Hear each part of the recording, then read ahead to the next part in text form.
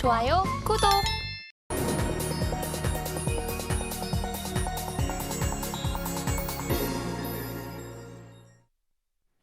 네, 개인 투자자가 아닌 전문가는 장 시작 전 뉴스를 볼 때 어떤 부분에 초점을 맞출까요? 오늘의 일면 헤드라인입니다.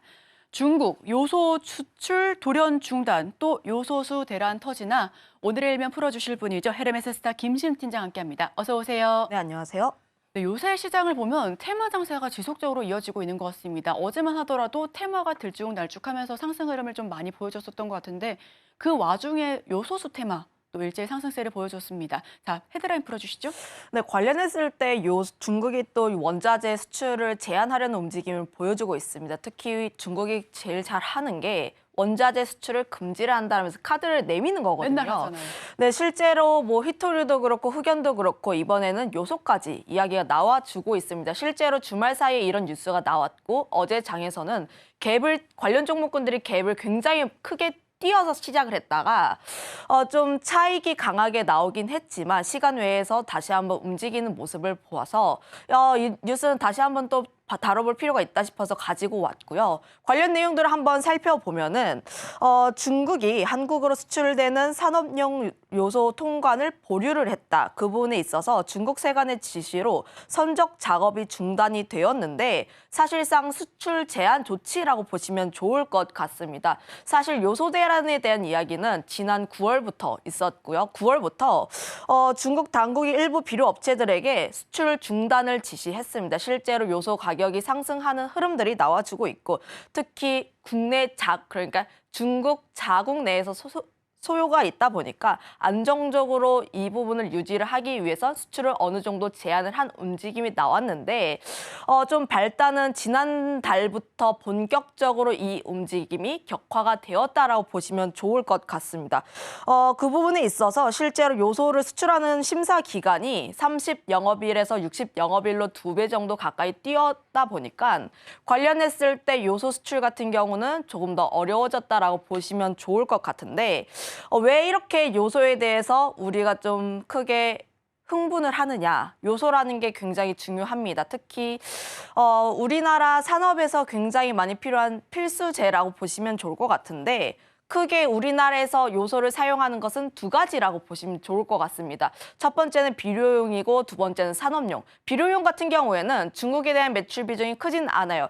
20% 이하이다 보니까 관련했을 때 중국에서 요소 수출을 금지를 했을 때 크게 영향을 받지는 않습니다. 재고 같은 경우에도 1년 정도 넘는 물량이 있다 보니까 이 부분에서 좀 크게 문제가 되지 않을 것으로 보여지고 있는데 다만 문제는 산업용이라는 거죠. 산업용 같은 경우에는 중국에 대한 비중이 굉장히 큽니다. 실제로 2021년도에 문제가 크게 터졌을 때가 굉장히 80%대의 높은 흐름들을 보였었는데 22년도까지는 좀 수출 다변화를 진행을 하겠다라고 해서 중국에 대한 비중을 70%까지 낮췄고요. 하지만 지금 뚜껑을 열어놓고 보니까 23년도 같은 경우에는 91%까지 올라왔습니다. 지금 중국에 대해서 의존도를 줄이겠다라고 했지만 결국 지금 뚜껑 열어놓고 보니까 중국에 대한 매출 의존도는 점점 높아졌다는 거죠. 실제로 이런 부분에서 보게 되면 중국이 수출을 안 한다라고 막았을 때 굉장히 큰 폭에서 타격을 받을 수밖에 없기 때문에 그 부분에 대해서 우리가 굉장히 많이 우려를 하고 있는 것이고요. 실제로 21년 요소수 대란이 나왔을 때 그때 당시만 하더라도 택배 물류 대란 굉장히 많이 나왔고 공장 같은 경우에는 일부 중단했습니다.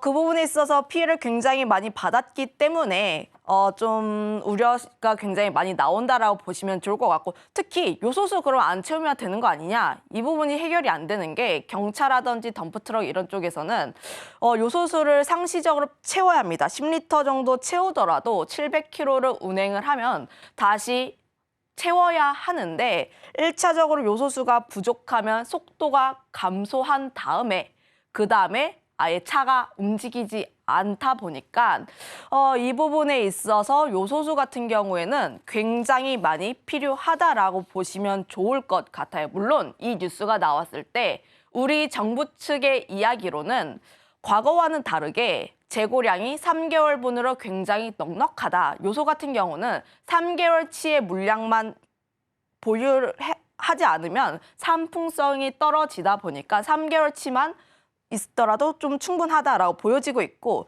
이전에도 중국 외에도 굉장히 다양한 국가에서 수입선을 다변화했기 때문에 이 부분에 있어서 크게 우려할 필요가 없다. 거기다가 굉장히 다양한 채널을 통해서 중국과 이야기를 하겠다라고 했습니다. 다만 우려가 되는 부분은 3개월치가 있다 하더라도 이 부분이 과연 충분한 양인지 혹은 중국 정부 기관이 직접 나서서 수출을 어느 정도 제한을 한 만큼 좀 다르게 봐야 할 부분이 있지 않을까. 지난 9월과 달랐던 점은 지난 9월 같은 경우에 민간 기업 쪽에서 좀 제한적인 조치가 있었다면 지금 같은 경우는 실제 정부의 기관 쪽이다 보니까 관련했을 때 조금 더 움직임이 세게 나올 수 있다는 우려. 거기다가 더해서 중국 비료업체 측의 말에 따르면 중국 당국이 중국 자국 수급 상황을 고려해서 내년 1분기까지 수출을 제한할 수 있다라고 이야기를 했습니다. 물론 3개월치의 양이 있다 보니까 3월까지는 괜찮게 나올 수는 있지만 하지만 그 부분이 실제로 조금 더 길어진다면 요소에 대한 우려는 조금 더 심화가 될 수 있다는 점 한번 체크해 보시면 좋을 것 같습니다. 네, 중국은 뭐 흑연도 수출 금지하고 히토류도 그렇고 요소수도 그렇고 그 충격 고스란히 받고 있는 우리 시장입니다. 그렇다면 요소수와 관련해서는 투자 키워드는 어떻게 잡아봐야 될까요?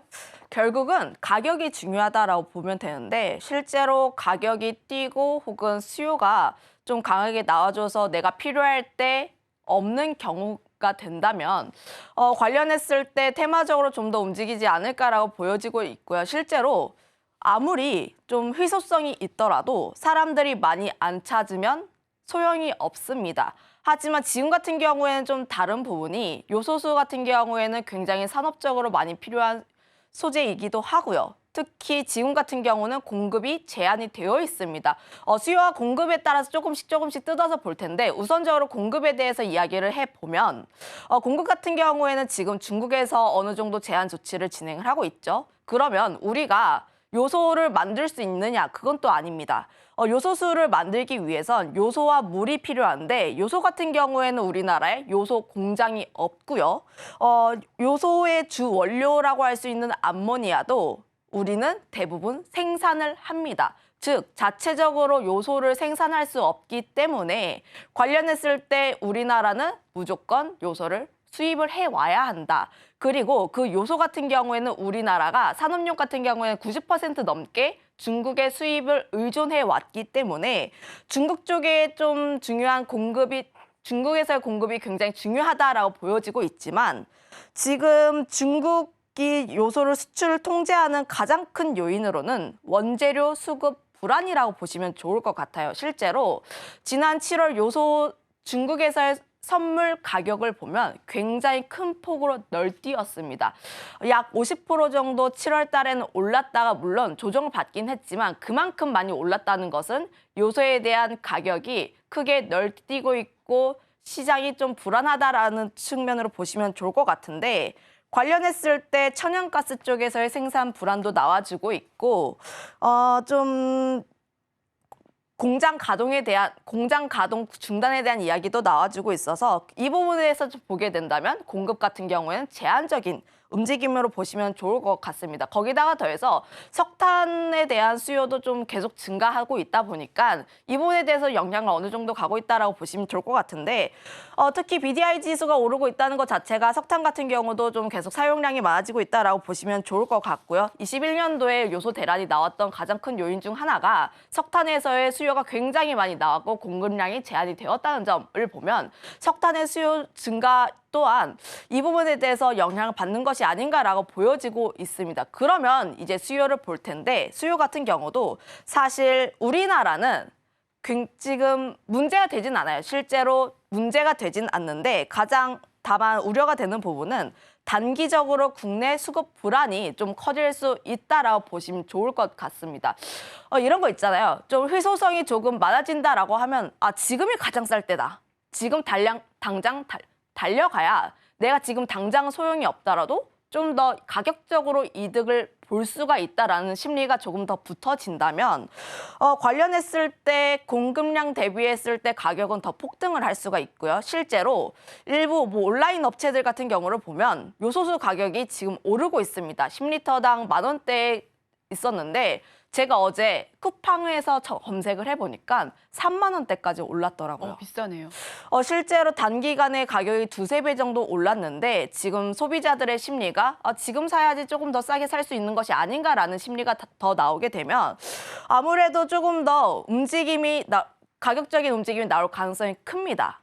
우리가 평소에 사용을 하는 게 아니라면 평소에 이제 쉽게 사용할 수 있는 게 아니라 굉장히 산업적으로 필요한 요소이다 보니까 쟁여두려는 심리가 조금 더 강하게 나올 수 있다는 거죠.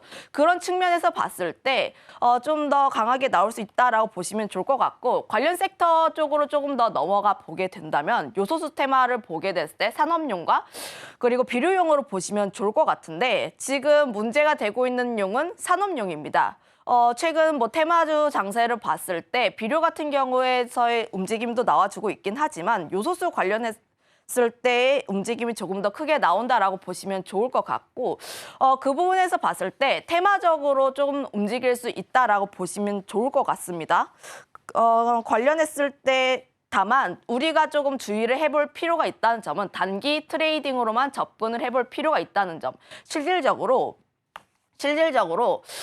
기업의 실적과는 크게 연관성이 없기 때문에 단기 트레이딩으로 방망이만 짧게 잡으시면 좋을 것 같은데 그중에서 가장 크게 변동성이 큰 종목으로는 KG 케미칼이라는 기업 한번 보시면 좋을 것 같습니다. 굉장히 다양한 종목군들이 있지만 이런 테마적인 섹터가 움직이고 그중에서 내가 조금 트레이딩으로 접근을 해본다라고 하면 가장 먼저 대장주에 접근을 하는 게 맞다라고 생각을 하고 있고요. 이 기업이 무슨 기업이냐? 건설 소재라든지 비료 쪽을 제조하는 기업인데 차량용 요소수인 눅스K를 생산하고 있는 기업입니다. 특히 롯데 정밀화학과 더불어서 요소수 시장의 80% 점유율을 차지를 하고 있는데 롯데 정밀화학 대비했을 때 시가총액이 상대적으로 작다 보니까 테마적으로 좀 변동성이 굉장히 크다는 점 한번 염두를 해보시면 좋을 것 같고요. 어제 차트를 한번 봤을 때도 거래량 동반해서 상승을 했지만 갭을 너무 크게 띄어서 상승하고 음봉 굉장히 크게 그려냈습니다. 다만 최근 테마주의 기승이 계속해서 나와주고 있고 주도주 같은 경우에는 지금 거의 없습니다. 거래 예탁금 같은 경우에도 늘어나지 않는 모습을 보여주고 있어서 테마주 같은 경우는 조금 더 움직일 가능성이 크다 보니까 지금 같은 경우에는 KG케미칼 조금 더 관심 있게 볼 필요가 있지 않을까 이렇게 정리하겠습니다. 좋아요, 구독!